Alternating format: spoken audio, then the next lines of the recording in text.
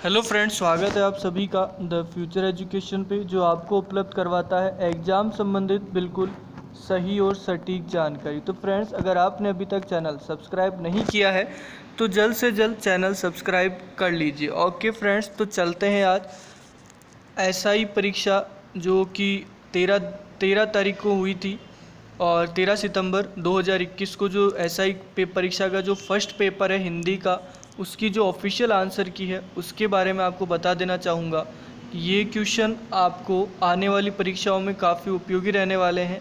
राजस्थान में आगे कोई भी परीक्षा आएगी तो उसमें यही क्वेश्चन बार बार रिपीट होते हैं। तो फ्रेंड्स, बता देना चाहूँगा क्वेश्चन नंबर अगर 1 की बात कर लेते हैं। क्वेश्चन नंबर 1 है, इनमें से किस शब्द में इन प्रत्यय नहीं है? इनमें से किस शब्द में इन प्रत्यय नहीं है? तो फ्रेंड्स, फर्स्ट में हमारे आ जाएगा गमगीन। गमगीन में इन प्रत्यय नहीं है। आगे चलते हैं क्वेश्चन नंबर 2, किस शब्द में लय प्रत्यय नहीं है? तो क्वेश्चन 2 में आ जाएगा अतल। अतल में लय प्रत्यय नहीं है। और क्वेश्चन नंबर 3 है, किस शब्द में गार प्रत्यय का प्रयोग नहीं हुआ है?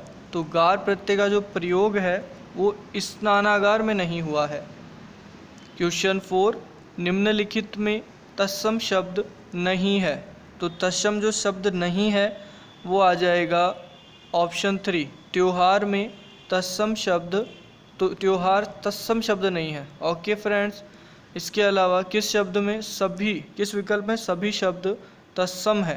तो इनमें जो सभी शब्द तत्सम है उसमें आ जाएगा दंड, शिर और शाक। जी हाँ, दंड, शिर और शाक, इसमें सभी शब्द जो है वो तत्सम है। और इनमें से किस शब्द में कोई उपसर्ग नहीं है? तो 6 में आ जाएगा 2, ऑप्शन 2, बेलदार में कोई उपसर्ग नहीं है। ये केवल एक शब्द है, इसमें कोई उपसर्ग नहीं है। और इसके अलावा क्वेश्चन नंबर 7, किस विकल्प में तत्सम और तद्भव दोनों प्रकार के शब्द समाहित है? ऐसा कौन सा विकल्प है इन 4 में से जिनमें तत्सम और तद्भव दोनों प्रकार के शब्द समाहित है? तो उसमें आ जाएगा आंक, काक और आम। इनमें दोनों प्रकार के शब्द समाहित है। क्वेश्चन नंबर 8, कौन सा देशज शब्द है? तो देशज शब्द है ऑप्शन 3, टेंटुआ। टेंटुआ जो है वो देशज शब्द है। और इसके अलावा 9 है, किस वाक्य में विदेशी मूल के शब्द नहीं है? तो 9 में ऑप्शन 4 आ जाएगा, वह सदैव सच बोलता है। वह सदैव सच बोलता है, इसमें कोई भी विदेशी मूल का शब्द नहीं है। इसके अलावा किस विकल्प में कोई भी शब्द विदेशी मूल का नहीं है? इसमें भी ऐसा एक ऑप्शन है जिसमें कोई विदेशी मूल का शब्द नहीं है, तो वो है ऑप्शन नंबर 2, अकेला और साहस, दोनों ही विदेशी मूल के नहीं है। इसके अलावा क्वेश्चन 11, किस विकल्प के सभी शब्द तद्भव है? किस विकल्प के सभी शब्द तद्भव है? तो 11 में आ जाएगा 4। 11वें में आ जाएगा 4, छकड़ा, काजल और खेत। ये चारों में जो 3 शब्द है, ये तीनों ही सभी शब्द जो है वो तद्भव नहीं है इनमें। और इसके अलावा इनमें विशेषण से बनी भाववाचक संज्ञा नहीं है। 4 जो आपको ऑप्शन दिए इनमें से कोई ऐसा ऑप्शन जिसमें विशेषण से बनी भाववाचक संज्ञा नहीं है, तो वो आ जाएगा ममता। ममता विशेषण से बनी भाववाचक संज्ञा बिल्कुल नहीं है। और इसके अलावा 13वें की बात करें, इनमें क्रिया से बनी भाववाचक संज्ञा नहीं है। तो 13वें में आ जाएगा ऑप्शन 4, खटाई। खटाई क्रिया से बनी भाववाचक संज्ञा नहीं है। गुणवाचक विशेषण से संबंधित वाक्य कौन सा है? तो गुणवाचक विशेषण से संबंधित वाक्य है ऑप्शन 3, हमें कपटी व्यक्ति से दूर रहना चाहिए। ये गुणवाचक विशेषण से संबंधित वाक्य है। इसके अलावा किस वाक्य में क्रिया सकर्मक रूप में प्रयुक्त हुई है? तो किस वाक्य में क्रिया सकर्मक रूप में प्रयुक्त हुई है? तो इसमें आ जाएगा वह पतंग उड़ा रहा है। ऑप्शन 4 इसमें सकर्मक रूप में प्रयुक्त हुई है। इसके अलावा क्वेश्चन 16 है, किस विकल्प में सभी संज्ञा शब्द क्रिया शब्दों से निर्मित है। तो चार में से कोई ऐसा एक जिसमें दोनों ही शब्द दो शब्द सब में दिए गए हैं, तो एक ऐसा ऑप्शन 16वें में वो है पहला। इसमें दोनों ही शब्द भूल और हंसी दोनों ही संज्ञा शब्द क्रिया शब्दों से निर्मित है। दोनों ही संज्ञा शब्द है और क्रिया शब्दों से निर्मित है। आगे चलते हैं, क्वेश्चन नंबर 17। क्रिया विशेषण रहित वाक्य है। क्रिया विशेषण रहित वाक्य कौन सा है? तो वो आ जाएगा ऑप्शन 2, वह अपनी कक्षा का सबसे होशियार विद्यार्थी है। यह क्रिया विशेषण रहित वाक्य है। फिर है, किस वाक्य में संबंध सूचक अव्यय का प्रयोग हुआ है? तो किस वाक्य में संबंध सूचक अव्यय का प्रयोग हुआ है? तो वो आ जाएगा 1, ऑप्शन नंबर 1, अपराधी ने पुलिस के सामने झूठ बोला। ये संबंध सूचक अव्यय का प्रयोग इसमें हुआ है। आगे चले तो 19 में आ जाएगा, विस्मयादिबोधक शब्दों के संबंध में कौन सा कथन सही है? तो 19 में ऑप्शन 4, ये प्रातः वाक्य के प्रारंभ में आते हैं। जी हाँ फ्रेंड्स, विस्मयादिबोधक जो शब्द होते हैं वो वाक्य के प्रारंभ में आते हैं। बस इन चारों ऑप्शन में से केवल ये एक ही ऑप्शन बिल्कुल राइट है। किस वाक्य में निपात का प्रयोग नहीं हुआ है? तो इस क्वेश्चन की बात करें तो 20 में आ जाएगा 3, मुझे 1 गिलास दूध चाहिए। इस वाक्य में निपात का प्रयोग नहीं हुआ है। आगे चले, क्वेश्चन 21, किस वाक्य में क्रिया आक्रामक रूप में प्रयुक्त हुई है? तो 21 में आ जाएगा ऑप्शन 1, वह बिना बात ही हंस रही है। इस वाक्य में क्रिया आक्रामक रूप में प्रयुक्त हुई है। क्वेश्चन 22, किस विकल्प में सभी विशेषण शब्द संज्ञा शब्दों से रचित है? तो इसमें आ जाएगा 22 में ऑप्शन 3, पीड़ित और दयनीय। इन दोनों ही विकल्प में सभी विशेषण शब्द संज्ञा शब्दों से निर्मित है। दोनों विशेषण है और दोनों ही संज्ञा शब्दों से निर्मित है। निम्नलिखित में नदी का पर्यायवाची नहीं है। तो फ्रेंड्स, नदी का जो पर्यायवाची नहीं है वो है सरसी। 23 में आ जाएगा ऑप्शन नंबर 1, नदी का पर्यायवाची नहीं है सरसी। इसके अलावा आपगा, पयस्विनी, तटिनी, ये सभी नदी के पर्यायवाची है। किस विकल्प में सभी शब्द पेड़ के पर्यायवाची है? तो वृक्ष पेड़ का पर्यायवाची है लेकिन अरण्य नहीं है, पादप है, रसाल नहीं है।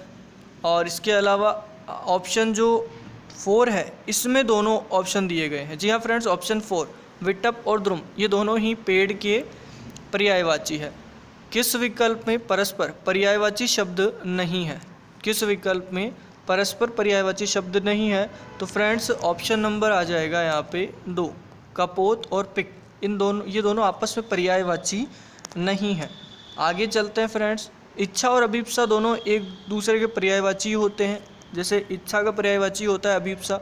इच्छा यानी भी प्राप्त करने की इच्छा करना, और अभिप्सा भी यानी प्राप्त करने की इच्छा करना ही होता है। रात और यामिनी दोनों ही रात्रि के पर्यायवाची होते हैं। तो इस प्रकार से कपोत और पिक जो है वो एक दूसरे के पर्यायवाची नहीं है। किस वाक्य में निपात का प्रयोग हुआ है? वहाँ था एक क्वेश्चन था किस वाक्य में निपात का प्रयोग नहीं हुआ है, जबकि यहाँ है कि किस वाक्य में निपात का प्रयोग हुआ है। तो क्वेश्चन 26 की बात करें तो ऑप्शन 2, मुझे आने तो दो। क्वेश्चन 26 में है मुझे आने तो दो, इस वाक्य में निपात का प्रयोग हुआ है। ओके फ्रेंड्स, तो 27 की ओर चलें। तो 27 में जो क्वेश्चन है वो है, किस विकल्प में विलोम शब्द युग्म नहीं है? तो 27वें में आ जाएगा ऑप्शन 3, संग्रह और परिग्रह, ये विलोम शब्द युग्म नहीं है। निम्नलिखित में विलोम युग्म है, पहले वो था विलोम शब्द युग्म नहीं है और यहाँ पे है विलोम युग्म कौन सा दिया गया है? तो 28वें में आ जाएगा 4, सुकर और दुष्कर, ये विलोम युग्म है। इसके अलावा किस विकल्प में शमश्रुत भिन्नार्थक शब्दों का अर्थभेद सही नहीं है? तो वो आ जाएगा ऑप्शन नंबर 1। 29 में आ जाएगा वन, वृंत और वृंद। ओके फ्रेंड्स, 30 में चलते हैं। किस समश्रुत शब्दों का अर्थभेद सही नहीं है? किस समश्रुत शब्दों का अर्थभेद सही नहीं है? तो फ्रेंड्स, इसमें आ जाएगा ऑप्शन नंबर 3। जो 30वां है उसमें ऑप्शन नंबर 3 आ जाएगा, चिर और चीर, क्योंकि जो और इसके अलावा आगे चले परिच्छद और परिच्छेद। 31 में है परिच्छद और परिच्छेद शब्दों का सही अर्थभेद क्या होगा? तो ये हो जाएगा आवरण, और 31 में हो जाएगा आवरण और अनुभाग। ओके फ्रेंड्स, तो जो ऑप्शन फर्स्ट है वो बिल्कुल सही है, आवरण और अनुभाग। परिच्छद यानी आवरण और परिच्छेद यानी अनुभाग। आगे चलते हैं, किस विकल्प के शब्द परस्पर विलोम नहीं है? तो इसका हो जाएगा ऑप्शन 4। 32 में हो जाएगा ऑप्शन 4, श्लाघनीय और प्रशंसनीय एक दूसरे के परस्पर विलोम नहीं है। आगे चलते हैं 33, ऐसा रोग जो छूने मात्र से फैलता हो उसको सभी जानते हैं, उसको संक्रामक रोग कहा जाता है। तो फ्रेंड्स इसके बारे में ये क्वेश्चन तो लगभग सभी का सही हो गया होगा। ऐसा रोग जो छूने से फैलता है संक्रामक रोग होता है। इसके अलावा ज्ञान प्राप्ति की इच्छा रखने वाला, ये भी लगभग सभी लोग जानते हैं, काफ़ी पहले से चला आ रहा है, जिज्ञासु। जिज्ञासु को कहा जाता है ज्ञान प्राप्ति की इच्छा रखने वाला। तो 34 में आ जाएगा ऑप्शन नंबर 3। और 35 की बात करें, कही हुई बात को फिर कहना, काफ़ी अच्छा क्वेश्चन है, ये भी सरल क्वेश्चन है। कही हुई बात को फिर कहना, और पहले की परीक्षा में भी काफ़ी आ चुका है ये सॉरी फ्रेंड्स। पिष्ट पेषण, इसको कहा जाता है पिष्ट पेषण। ओके फ्रेंड्स, तो 35 तक हमारे हो चुके हैं। इसके अलावा 36 में चलते हैं, निम्नलिखित में से किस वाक्य में संप्रदान कारक की परसर्ग विभक्ति चिन्ह का प्रयोग हुआ है? तो इसकी बात कर लेते हैं। 36 में आ जाएगा 1, राम के लिए लक्ष्मण बन गए। जी हाँ, इसमें आ जाएगा ऑप्शन नंबर 1, जिसका आचरण अच्छा हो उसको क्या बोलेंगे? आप खुद देखिए, सदाचारी, आचरण, आचार, सदा प्लस आचार, तो सदा जिसका आचरण अच्छा होगा, सदा नहीं, सद आचार यानी कि अच्छा आचार। तो अच्छा आचार किसका होगा? अच्छा आचरण उसी का होगा जो सदाचारी होगा। तो इस हिसाब से 37 में आ जाएगा हमारा ऑप्शन नंबर 4। फिर 38 की बात कर लेते हैं कि इनमें से किस विकल्प के सभी शब्द स्त्रीलिंग है? तो फ्रेंड्स काफ़ी अच्छा क्वेश्चन है, काफ़ी आरामदायक क्वेश्चन है ये। हाथी वहाँ जाता है, तो इसका मतलब हाथी तो जाता है, ये नहीं होगा। और इसके अलावा भलाई होती है, हलवाई आता है, तो इसमें भी नहीं हुआ। साथी, हमारा साथी अच्छा है, इसमें भी नहीं हुआ। इमली खट्टी है, चांदी महंगी है, लौकी अच्छी है, तो इसका मतलब इनमें तीनों में ही स्त्रीलिंग है। तो ये जो 3rd नंबर का है ऑप्शन 3, ये ऑप्शन जो 3 है 38 में, इसमें स्त्रीलिंग है, तीनों ही शब्द स्त्रीलिंग है। इसके अलावा 39 की बात कर लेते हैं, किस विकल्प में कोई भी शब्द स्त्रीलिंग नहीं है? कोई भी शब्द स्त्रीलिंग नहीं होना चाहिए। तो इसके लिए हो जाएगा 39 में 2, नींबू, दही और केला। केला खाया जाता है, नींबू खाया जाता है और दही भी खाया ही जाता है। तो तीनों ही शब्द जो है वो स्त्रीलिंग नहीं है, पुल्लिंग है तीनों शब्द। कौन सा शब्द सदैव एक वचन में प्रयुक्त होता है? जी हाँ फ्रेंड्स, कौन सा शब्द है जो सदैव एक वचन में प्रयुक्त होता है? तो वो है आकाश। 40 में आ जाएगा 1, आकाश सदैव एक वचन के लिए प्रयुक्त होता है। किस वाक्य में मध्यम पुरुष का प्रयोग नहीं हुआ है? किस वाक्य में मध्यम पुरुष का प्रयोग नहीं हुआ है? तो 41 में आ जाएगा, हम अपने आप को भूल गए। इसमें मध्यम पुरुष का प्रयोग नहीं हुआ है, ऑप्शन नंबर 3। हिमालय से अनेक नदियाँ निकलती है। तो फ्रेंड्स, निकलने के अर्थ में एक ही शब्द आता है, अगर कोई चीज़ किसी अलग होती है तो वो होता है अपादान कारक। तो हिमालय से नदियाँ निकल रही है यानी अलग हो रही है, तो इसमें आ जाएगा ऑप्शन नंबर 3। 42 में आ जाएगा 3, अपादान कारक। आगे चलते हैं, क्वेश्चन 43, किस विकल्प में समश्रुत भिन्नार्थक शब्दों का अर्थ सुमेलित है? किस विकल्प में समश्रुत भिन्नार्थक शब्दों के अर्थ सुमेलित है? तो 43 में हो जाएगा 3 नंबर, यानी सर्वथा और सर्वदा वाला। ये समश्रुत भिन्नार्थक शब्दों के अर्थ सुमेलित है 43 में, ऑप्शन 3 नंबर। आगे चलते हैं 44 यानी 44वां नंबर का जो है निश्चार्थ वृत्ति। निश्चार्थ वृत्ति का प्रयोग किस वाक्य में हुआ है? तो 44वें में आ जाएगा 2, बच्चे ने पुस्तक पढ़ ली है। इसमें निश्चयात्मक वृत्ति का प्रयोग हुआ है। 44वें में आ जाएगा 2। आगे चलते हैं फ्रेंड्स 45, आवृत्ति मूलक पक्ष से संबंधित वाक्य कौन सा है? तो फ्रेंड्स 45 में आ जाएगा 4, वह स्कूल जाता है। वह स्कूल जाता है, ये हो जाता है आवृत्ति मूलक पक्ष से संबंधित वाक्य। आगे चलें 46 में, कृत्रिवाच्य संबंधित वाक्य कौन सा है? कृत्रिवाच्य संबंधित जो वाक्य है उसमें आ जाएगा लड़का पढ़ रहा है। ये कर्म नहीं है, ये होगी क्रिया। क्रिया की जा रही है उसके द्वारा पढ़ने की, तो ये आ जाएगा कर्तृवाच्य में लड़का पढ़ रहा है। और इसके अलावा 47 में आ जाएगा ऑप्शन नंबर 2। किस विकल्प में समश्रुत भिन्नार्थक शब्दों के अर्थ सुमेलित नहीं है? किस विकल्प में समश्रुत भिन्नार्थक शब्दों के अर्थ सुमेलित नहीं है? तो इसमें हो जाएगा ऑप्शन नंबर 2, जठर और जरठ। ओके फ्रेंड्स, जठर और जरठ ये भिन्नार्थक जो समश्रुत भिन्नार्थक शब्दों की जो अर्थ है वो सुमेलित नहीं है, इसमें गलत दे रखे हैं ये इसके जो अर्थ है वो। और आगे चलते हैं, कौन सा कथन सही नहीं है? कौन सा कथन सही नहीं है? तो 48 में आ जाएगा ऑप्शन नंबर 3, कर्मवाच्य अकर्मक है और सकर्मक। कर्मवाच्य अकर्मक और सकर्मक दोनों क्रियाओं में होता है, ये बिल्कुल यहाँ पे सही नहीं है, बिल्कुल गलत आंसर है ये। कौन सा कथन गलत है? इसके अलावा अगर 49 की बात करें तो इसने कहा है कि कौन सा कथन गलत है यहाँ पे, तो इसमें आ जाएगा ऑप्शन नंबर 2, वाक्य में प्रयुक्त क्रिया को उद्देश्य और कर्ता को विधेय कहते हैं। वाक्य में प्रयुक्त जो क्रिया है उसको उद्देश्य और कर्ता को विधेय कहते हैं, ये बिल्कुल गलत दिया गया है यहाँ पे। ओके फ्रेंड्स, ऑफिशियल आंसर की के द्वारा आपको यहाँ पे बताया जा रहा है। तो अगर आपने अभी तक चैनल सब्सक्राइब नहीं किया है तो द फ्यूचर एजुकेशन को तुरंत सब्सक्राइब कर लीजिए। एग्ज़ाम संबंधित इन्फॉर्मेशन, बिल्कुल सटीक जानकारी आपको यहाँ मिल जाती है। इसके अलावा अगर कोई भी आंसर की है उसके बारे में ऑफिशियल या अनऑफिशियल दोनों ही आंसर की आपको मेरे चैनल पे उपलब्ध हो जाएगी। आगे अगर कोई परीक्षा की आप तैयारी कर रहे हैं और अगर आप पिछला पेपर देखना चाहते हैं तो उससे संबंधित आपको यहाँ पे उपलब्ध जो भी मैटर है वो सब आपको यहाँ उपलब्ध हो जाएगा। तो फ्रेंड्स प्लीज़ चैनल को सब्सक्राइब कर लीजिए और चैनल को आगे बढ़ने में सहायता कीजिए। ओके फ्रेंड्स, आगे चलते हैं। क्वेश्चन नंबर 50, किस विकल्प में सभी शब्द शुद्ध है? 50 में आ जाएगा ऑप्शन नंबर 2, तंदुरुस्त बिल्कुल शुद्ध है और मद्देनज़र बिल्कुल शुद्ध है और चरागाह शुद्ध है। कई लोग चारागाह करते हैं लेकिन वो अशुद्ध होता है, चरागाह शुद्ध होता है। ओके फ्रेंड्स, आगे चलते हैं।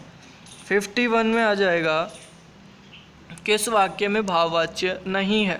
किस वाक्य में भाववाच्य नहीं है? भाव यानी कि इसमें आ जाएगा 51 में 2, वह प्रतिदिन स्कूल नहीं जाता है, इसमें भाववाच्य नहीं है। मुझे सुबह जल्दी नहीं उठा जाता, ये अलग ही आपको दिख जाएगा, ये अलग ही शब्द होते हैं। छोटे बच्चों सीढ़ियाँ नहीं चढ़ी जाती, मानी कोई काम नहीं हो पाता है किसी से, तो उसके लिए भाव, उसमें भाव प्रकट होता है। कमजोरी का लड़के चला नहीं जाता, यानी एक नकारात्मक फीलिंग इसमें रहती है भाववाच्य में। और इसके अलावा वह प्रतिदिन स्कूल नहीं जाता है, ये नकारात्मक है लेकिन इसमें ऐसा कोई भाव नहीं दिया गया है वर्ड में। तो फ्रेंड्स अगर वीडियो अच्छा लगे तो लाइक कर दीजिएगा, चैनल को सब्सक्राइब करना बिल्कुल ना भूलें। और द फ्यूचर एजुकेशन लेकर आता है आपके लिए बिल्कुल सही और सटीक जानकारी। क्वेश्चन नंबर 54, इनमें वर्तनी की दृष्टि से कौन सा शब्द शुद्ध नहीं है? वर्तनी की दृष्टि से अगर देखा जाए तो इसमें जो दृष्टा है 52वें में, ये जो 4 नंबर का है ये शुद्ध नहीं है। सृष्टि शुद्ध है, वापस बिल्कुल शुद्ध है, मत्स्य बिल्कुल शुद्ध है, तो दृष्टा शुद्ध नहीं है। ओके फ्रेंड्स, दृष्टा शुद्ध नहीं है, अशुद्ध शब्द है दृष्टा। आगे चलें 53 में देख लेते हैं, वर्तनी की दृष्टि से शुद्ध शब्द कौन सा है? तो फ्रेंड्स अगर आप यहाँ देखेंगे अच्छी तरह तो आपको यहाँ देखते ही पता लग जाएगा कि जो वयस्क है 53 में जो वयस्क है वो भी शुद्ध नहीं है। इसके अलावा आप देख लेंगे द्वितीय अगर आप देख लीजिए तो ये भी अशुद्ध है, और क्योंकि ये जो ई आती है ये बड़ी आती है इसमें। और अगर बुधवार, क्या कभी आपने देखा है ऐसे बुधवार को लिखता हुआ? बुधवार ये द नहीं आता, डायरेक्ट ध आता है। तो फ्रेंड्स ये तीनों ही यहाँ पे अशुद्ध शब्द दिए गए हैं, तो फिर सीधा सा ये जो दंपति है ये बिल्कुल शुद्ध आ जाता है। ओके फ्रेंड्स, ऑफिशियल आंसर की के द्वारा आपको ये बता दिया गया है, ये बिल्कुल शुद्ध है। 53वें में आ जाएगा 2, दंपति बिल्कुल शुद्ध शब्द है। ओके फ्रेंड्स, आगे चले। इनमें विलोम शब्द युग्म नहीं है, इनमें विलोम शब्द युग्म नहीं है, तो इसमें आ जाएगा आपके पास में ऑप्शन 4, हार और परिहास, ये विलोम शब्द युग्म नहीं है। 55, इनमें विलोम शब्द युग्म नहीं है, तो इसमें देख लेते हैं, तो इसमें आ जाएगा ऑप्शन 3, वेतनिक, सवेतनिक, ये विलोम शब्द युग्म नहीं है। और इसके अलावा किस विकल्प में सभी शब्द अशुद्ध है? किस विकल्प में सभी शब्द अशुद्ध है? तो 56 में आ जाएगा 3 नंबर, ध्यातव्य और भवनिष्ठ, इनमें सभी शब्द अशुद्ध है। ठीक है फ्रेंड्स, आगे चलते हैं। 57 57 संयुक्त वाक्य का उदाहरण है। संयुक्त वाक्य का उदाहरण कौन सा है? 57 में आ जाएगा ऑप्शन 3, मैं आगे बढ़ गया और वह पीछे रह गया। मैं आगे बढ़ गया और वह पीछे रह गया, ये संयुक्त वाक्य का उदाहरण यहाँ पर आपको दिया गया है। 58 मैंने लड़के को पुस्तक पढ़ाई। मैंने लड़के को पुस्तक पढ़ाई उक्त वाक्य में प्रयुक्त क्रिया का भेद कौन सा है? तो 58 में आ जाएगा द्विक्रमक। द्विक्रमक कैसे हुआ द्विक्रमक? एक तो लड़के को पढ़ाई है तो को वाला आ गया, और पुस्तक पढ़ाई है, क्या पढ़ाई है? पुस्तक। तो ये दोनों ही इसमें मिल रहे हैं, तो ये द्विकर्मक क्रिया हो जाती है यहाँ से। इसके अलावा इनमें संयुक्त वाक्य कौन सा है? इनमें से संयुक्त वाक्य कौन सा है? तो इसमें आ जाएगा 1 नंबर का, वह आगे बढ़ गया लेकिन परिवार पीछे रह गया, ये संयुक्त वाक्य है। वह आगे बढ़ गया लेकिन उसका परिवार पीछे रह गया, ये संयुक्त वाक्य है। और इसके अलावा निम्नलिखित में सरल साधारण वाक्य कौन सा दिया गया है? तो इसमें आ जाएगा 4, दिन का थका हुआ आदमी रात को खूब सोता है। दिन का थका हुआ आदमी रात को खूब सोता है, ये बिल्कुल सरल साधारण वाक्य है, बिल्कुल सही आंसर है। ऑफिशियल आंसर की के द्वारा आपको यहाँ पर अवगत करवाया जा रहा है। बिल्कुल इसमें सभी आंसर सही है। अगर आपको कोई आंसर गलत लगता है तो फ्रेंड्स प्लीज़ बोर्ड की वेबसाइट पर जाकर आप अपनी जो भी आपत्ति वो दर्ज करा सकते हैं, और इसकी जो मेन आंसर की आएगी, फाइनल आंसर की, वो भी आपको उपलब्ध करवा दी जाएगी। ओके, तो चैनल सब्सक्राइब कर लीजिएगा, वीडियो अच्छा लगे लाइक कर दीजिएगा। चलिए व्याकरण, अगले क्वेश्चन की बात कर लेते हैं। व्याकरण की दृष्टि से गलत कथन कौन सा है? तो 61 में आ जाएगा ऑप्शन नंबर 4। व्याकरण की दृष्टि से ऑप्शन नंबर जो 4 है वो गलत है। सर्वनाम और क्रिया की विशेषता बताने वाले शब्द क्रिया विशेषण होते हैं, ये बिल्कुल व्याकरण की दृष्टि से गलत कथन है। ऑफिशियल आंसर की के द्वारा माना गया है ये। अगर आपको कोई वाक्य, अगर कोई आंसर गलत लगता है तो आप उसको अपनी आपत्ति दर्ज करा सकते हैं। इसके अलावा बता देना चाहूँगा, निम्नलिखित में शुद्ध वाक्य है। तो 62 में आ जाएगा 2, साहित्य और समाज का घनिष्ठ संबंध है, ये बिल्कुल शुद्ध वाक्य है। और कौन सा वाक्य अशुद्ध है? तो कौन सा वाक्य अशुद्ध है? 63 में आ जाएगा 2, 63 में आएगा 2, वह बुरे आदमी नहीं है, ये वाक्य अशुद्ध है।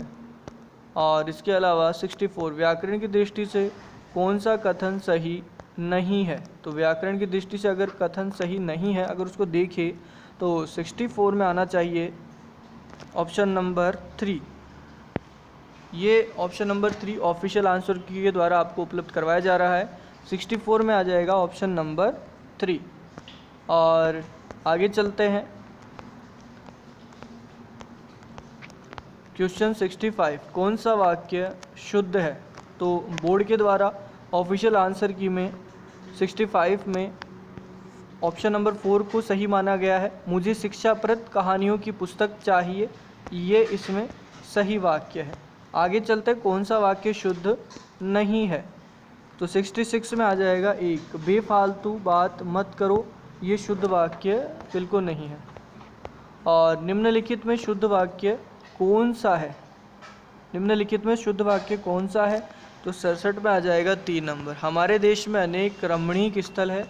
हमारे देश में अनेक रमणीक स्थल है, बिल्कुल शुद्ध वाक्य है बोर्ड की ऑफिशियल आंसर की के द्वारा। आदि और आदि, आदि और आदि, तो इसका अगर आप सही युग्म अर्थ का अगर बोर्ड के द्वारा जो बताया गया है वो है आरंभ और अभ्यस्त। अगर कोई आदि यानी प्रारंभ, आरंभ, और बिल्कुल आदि जो है वो किसी कोई आदत हो जाती है, अभ्यस्त हो जाता है, तो उसको आदि कहा जाता है। और इसके अलावा किस विकल्प में शुद्ध वाक्य है? किस विकल्प में शुद्ध वाक्य है? तो इसमें आ जाएगा ऑप्शन नंबर 4, अश्वमेध का घोड़ा पकड़ा गया, ये शुद्ध वाक्य है। बोर्ड के द्वारा आरपीएससी बोर्ड के द्वारा ऑफिशियल आंसर की में ऑप्शन 4 को सही माना गया है। 69 में अश्वमेध का घोड़ा पकड़ा गया। इसके अलावा आपको बता देना चाहूँगा क्वेश्चन 70 निम्नलिखित में गलत कथन है। अगर गलत कथन की बात की जाए तो 70 में आ जाएगा ऑप्शन नंबर 2, जिन वाक्यों में प्रश्नवाचक शब्दों का अर्थ संबंधवाचक शब्दों जैसा होता है उनके अंत में प्रश्नवाचक चिन्ह लगाया जाता है। जिन वाक्यों प्रश्नवाचक शब्दों का अर्थ संबंधवाचक शब्दों जैसा होता है उनके अंत में प्रश्नवाचक चिन्ह लगाया जाता है। तो ये तो साफ ही है गलत, बिल्कुल गलत है, ऐसा कुछ नहीं है। आगे चलते हैं। माँ ने बच्चों के झगड़े को पड़ोसियों में सिर फुटव्वल करवा दी। माँ ने बच्चों के झगड़े को पड़ोसियों में सिर फुटव्वल करवा दी। उक्त वाक्य के रिक्त स्थान के लिए उपयुक्त मुहावरा कौन सा होगा? तो फ्रेंड्स सीधा सा है, ये तो बहुत सरल है। तिल का ताड़ बना दिया उन्होंने। तिल का ताड़ बनाने के कारण जो बच्चे के झगड़े थे उसमें पड़ोसियों में सिर फुटव्वल हो गई, आपस में सिर फूट गए उनके। तो 71 में आ जाएगा ऑप्शन 4 आ जाएगा। आगे चलते हैं क्वेश्चन 72 सिर मुड़ाते ओले पड़ना। तो इसका जो सीधा सा है कि आपने जो है वो सिर मुड़ाया और ओले पड़ गए, यानी अचानक से ही बड़ी विपदा आ गई। ओला पड़ना कोई छोटी मोटी बात नहीं है, सिर मुड़ाते ही। और तो इसके लिए आ जाएगा कि ये अचानक से बड़ी विपदा आ जाना 72 में। तो सॉरी फ्रेंड्स, इसमें आ जाएगा कार्यारंभ होते ही विघ्न पड़ना, यानी हमने कार्य आरंभ किया। सॉरी फ्रेंड्स, इसमें आ जाएगा जो सिर मुंडाते ओले पड़ना है, इसमें आ जाएगा कार्यारंभ होते ही विघ्न पड़ना। ओके फ्रेंड्स, आगे चलते हैं। गागर में सागर भरना का भावार्थ क्या है? गागर में सागर भरना, इसका हो जाएगा जो हमारे 73 है उसमें हो जाएगा बहुत कम शब्दों में महत्वपूर्ण बात कहना। बहुत कम शब्दों में महत्वपूर्ण बात कहना गागर में सागर भरना होता है। तो 73 में आ जाएगा ऑप्शन नंबर 3। आगे चलते हैं। कमजोर द्वारा शक्ति प्रदर्शन करना, नष्ट होने के करीब पहुंचना, भावार्थ से संबंधित लोकोक्ति मुहावरा क्या है? तो अगर कोई कमज़ोर अगर शक्ति प्रदर्शन करेगा या नष्ट होने के करीब पहुंचने वाला है, तो इसका जो ये हम बचपन से ही सुनते आए हैं, इसके लिए होता है चींटी के पर निकल गए हैं। अगर कोई बात होती है तो उसमें चींटी के पर निकल गए हैं, ये हम बचपन से ही सुनते आए हैं। इसमें हो जाएगा चींटी के पर निकलना। Okay friends, option 3 right. और अत्यधिक परिश्रम से आरंभ किए व्यापार में बहुत कम लाभ होने पर हताश उद्यमी ने कहा, उक्त वाक्य किस स्थान में प्रयुक्त लोकोक्ति है?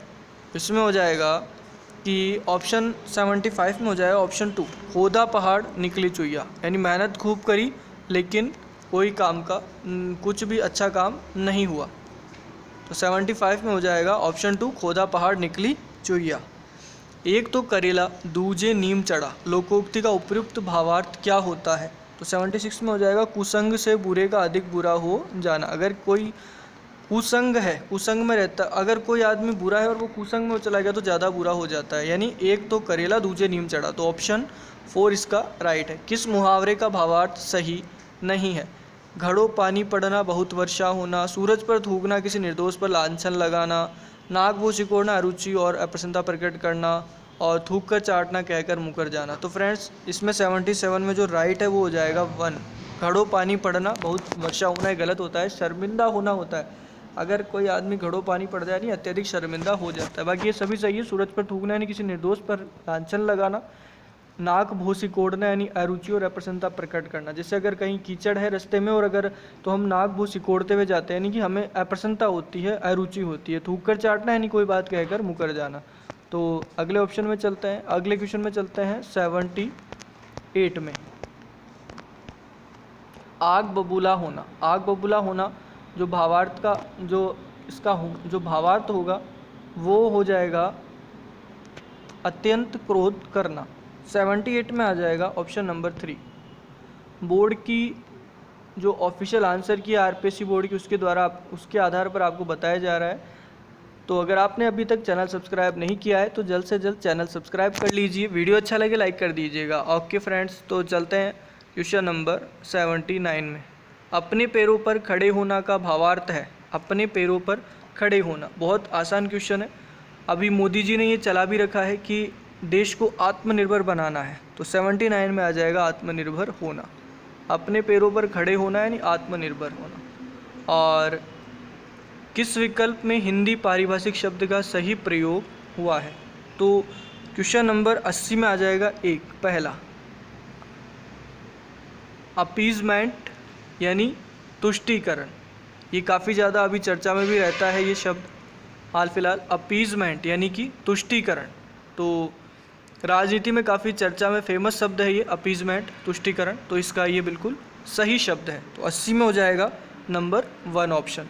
इसके अलावा किस विकल्प में हिंदी पारिभाषिक शब्द का सही प्रयोग नहीं हुआ है? जी हाँ फ्रेंड्स, अब आ जाएगा नहीं हुआ है किसका, तो ये हो जाएगा अटॉर्नी जनरल। ये सही शब्द का प्रयोग नहीं हुआ है। अटॉर्नी जनरल यानी महाधिवक्ता नहीं होता है, अटॉर्नी जनरल महाधिवक्ता नहीं होता है। और आगे चलते हैं, किस विकल्प में लोकोक्ति का भावार्थ असंगत है? किस विकल्प में लोकोक्ति का भावार्थ असंगत है? तो 82 में आ जाएगा ऑप्शन नंबर 1, चोर की दाढ़ी में तिनका, अपराधी का निशंक होना। ये बिल्कुल असंगत है। और आगे चले, 82 में आ जाएगा एक, और 83 की अगर हम बात करें तो 83 में हो जाएगा ज्यूरिडिक्शन के लिए समकक्ष हिंदी पारिभाषिक अगर क्षेत्र की बात करें हम, तो वो होता है क्षेत्राधिकार। ज्यूरिसडिक्शन, ज्यूरिसडिक्शन यानी कि क्षेत्राधिकार। और 84, अप्रोच शब्द का असंगत पारिभाषिक शब्द, अप्रोच शब्द का असंगत पारिभाषिक शब्द है सिफारिश। 84 में आ जाएगा ऑप्शन नंबर 4। ऑफिशियल आंसर की के जो आपको ये ऑप्शन बताए गए हैं वही आपको यहाँ उपलब्ध करवाए जा रहे हैं उसके आधार पर ही। और अथॉरिटी शब्द का सुसंगत पारिभाषिक शब्द नहीं है, अथॉरिटी शब्द का सुसंगत पारिभाषिक शब्द नहीं है। तो 85 में आ जाएगा 3, लेखकीय अधिकार जो है वो अथॉरिटी का सुसंगत पारिभाषिक शब्द नहीं है। 86 की बात करें तो किस विकल्प में सुसंगत पारिभाषिक शब्द नहीं है? तो इसमें आ जाएगा 86 में ऑप्शन नंबर 1, ट्रांसपोर्ट यानी आयात निर्यात। सुसंगत पारिभाषिक शब्द नहीं है ट्रांसपोर्ट, आयात निर्यात। ओके फ्रेंड्स, अगले क्वेश्चन में चलते हैं, किस विकल्प में गलत पारिभाषिक शब्द है? 87 में आ जाएगा ऑप्शन नंबर 2, अप्रेंटिस प्रशिक्षण। अप्रेंटिस प्रशिक्षण विकल्प में गलत पारिभाषिक शब्द है। तो फ्रेंड्स, अगर किसी ऑप्शन में अगर लगता है कि ये ऑप्शन सही नहीं है तो आप आरपीएससी बोर्ड की वेबसाइट पर जाकर आपत्ति दर्ज करा सकते हैं। फाइनल की आंसर की जैसे ही आएगी आपको उपलब्ध करवा दी जाएगी। तो उसके लिए चैनल सब्सक्राइब कर लीजिए। ग्रॉस मिसकंडक्ट के लिए समकक्ष हिंदी पारिभाषिक शब्द कौन सा होगा? ग्रॉस मिसकंडक्ट के लिए समकक्ष हिंदी पारिभाषिक शब्द कौन सा होगा? 88 में आ जाएगा 2, घोर कदाचार। 88 में आ जाएगा घोर कदाचार। आगे चलते हैं 89, किस शब्द की संधि सही नहीं है? किस शब्द की संधि सही नहीं है? इसमें आ जाएगा ऑप्शन नंबर 1, तत् प्लस उपरांत, तदोपरांत। तदुपरांत होता है फ्रेंड्स, तदोपरांत यहाँ बिल्कुल गलत दिया गया है, तो ये गलत है। 89 में ऑप्शन 1 आ जाएगा। और 90 की बात करें, निम्नलिखित में से कौन सा शब्द संधि रहित है? तो ये जो फलस्वरूप है, फलस्वरूप ऑप्शन रहित है। ये फलस्वरूप ऑप्शन नंबर 90 में ऑप्शन नंबर 4 आ जाएगा। फलस्वरूप जो शब्द है वो संधि रहित शब्द है। आगे चलते हैं, किस शब्द का संधि विच्छेद सही नहीं है? तो 91 में आ जाएगा ऑप्शन नंबर 2, आद्योपांत बराबर आदि प्लस उपांत। तो ये संधि विच्छेद सही नहीं है, तो ऑप्शन 2 आ जाएगा 91 में। 92 की बात करें, कौन सा संधि शब्द सही नहीं है? तो कौन सा संधि शब्द सही नहीं है? 92 में हो जाएगा option number 1, Ravi plus Indra, Ravindra. ये गलत है। ओके फ्रेंड्स, आगे चलते हैं, क्योंकि ये रविंद्र होता है, रविंद्र नहीं होता है। इनमें से कौन सा संधि शब्द गलत है? तो कौन सा संधि शब्द गलत है बता देना चाहूँगा आपको। 93 में आ जाएगा ऑप्शन 4 सत प्लस मार्ग, ये सदमार्ग ये गलत है यहाँ पे। ओके फ्रेंड्स, तो ये संधि शब्द गलत है, 93 में ऑप्शन 4 आ जाएगा। निम्नलिखित में से किस शब्द की संधि सही है? तो निम्नलिखित में से किस शब्द की संधि सही है? तो इसके लिए आ जाएगा 94 में 3 शीत ऋतु, शीत प्लस ऋतु शीत ऋतु, तो ये ऑप्शन बिल्कुल सही है। 94 में ऑप्शन 3 आ जाएगा। अगर 95 की बात की जाए तो किस विकल्प में कर्मधारय समास नहीं है? किस विकल्प में कर्मधारय समास नहीं है? तो 95 में आ जाएगा ऑप्शन 3 आप बीती, आप बीती इसमें कर्मधारय समास नहीं है। तो फ्रेंड्स, अगर चैनल अभी तक सब्सक्राइब नहीं किया है तो चैनल सब्सक्राइब कर दीजिए, वीडियो को लाइक कर दीजिएगा। और 96 की बात करें तो इनमें से किस विकल्प में तत्पुरुष समास है? तो इसमें आ जाएगा तुलसीकृत, 96 में आ जाएगा तुलसीकृत, इसमें तत्पुरुष समास है।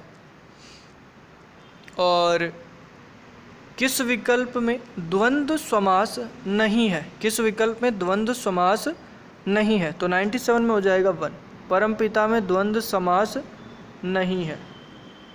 और निम्नलिखित में से कौन सा शब्द उपसर्ग रहित है? उपसर्ग रहित है ऐसा कौन सा शब्द है? तो फ्रेंड्स, इसमें हो जाएगा 98 में ऑप्शन नंबर 1 आसन, क्योंकि इसमें कोई उपसर्ग लग ही नहीं सकता। सन आग को हटा के सन का कोई औचित्य नहीं होता। बाकी आकार में से अगर आग को हटा देंगे तो कार अलग बनता है, आग को हटा देंगे नंद अलग बनता है, और आग को हटा देंगे रूहा अलग बनता है।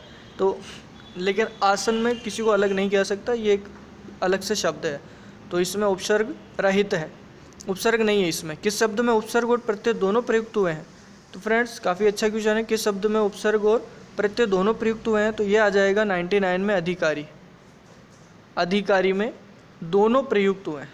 ओके फ्रेंड्स, 99 में आ जाएगा ऑप्शन 3। और 100 द्वंद्व समास का उदाहरण कौन सा है? द्वंद्व समास का उदाहरण इसमें आ जाएगा शीतोष्ण, द्वंद्व समास का उदाहरण हो जाएगा शीतोष्ण, यानी शीत और उष्ण, सर्दी और गर्मी। तो शीतोष्ण द्वंद्व समास का उदाहरण हो जाएगा। अच्छा पेपर दिया गया था, काफ़ी हार्ड पेपर था, इतना आसान भी नहीं था। तो फ्रेंड्स, अगर आपने अभी तक चैनल को सब्सक्राइब नहीं किया है तो चैनल को सब्सक्राइब कर लीजिएगा। द फ्यूचर एजुकेशन आपको उपलब्ध करवाता रहेगा यूं ही, जो भी आपकी ऑफिशियल आंसर की होगी या जो भी एक्सपेक्टेड जो आंसर की होगी वो भी आपको उपलब्ध करवाई जाएगी। और फ्रेंड्स, आपको एग्ज़ाम संबंधित बिल्कुल सटीक जानकारी अगर प्राप्त करनी है तो आप द फ्यूचर एजुकेशन चैनल को सब्सक्राइब करना बिल्कुल ना भूलें। ओके फ्रेंड्स, यहाँ पर आपको बिल्कुल सही और सटीक जानकारी उपलब्ध करवाई जाएगी। Okay, thank you friends, video को लाइक कर दीजिएगा।